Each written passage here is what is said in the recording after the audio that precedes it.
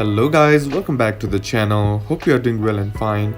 And in today's video, I'll be showing you how to sign in or log into Scotiabank. So without wasting any time, let's just jump right on the video and make sure to watch this video till the end and follow the steps as well. So the first thing that you need to do is just open up your app store. Here on the search bar, simply type in Scotiabank and here tap on the Scotiabank app and then tap on get or download as per your mobile device. And once you have done with that, simply tap on open. And once you're inside here, you'll be seeing this kind of page, right? And now here on the bottom of the screen, you'll be seeing an option that says activate now. Simply tap on that, and once you tap on that, here you'll be seeing this active online banking page. All you gotta do is just simply select your account type. Either it can be credit card or your Scotia card, debit card, investment, line of credit, mortgage, and then loan. And once you have selected your account type, all you gotta do is just enter in your card number, and once you enter it, then hit continue, and after that simply follow the process and you'll be able to log into your Scotiabank app.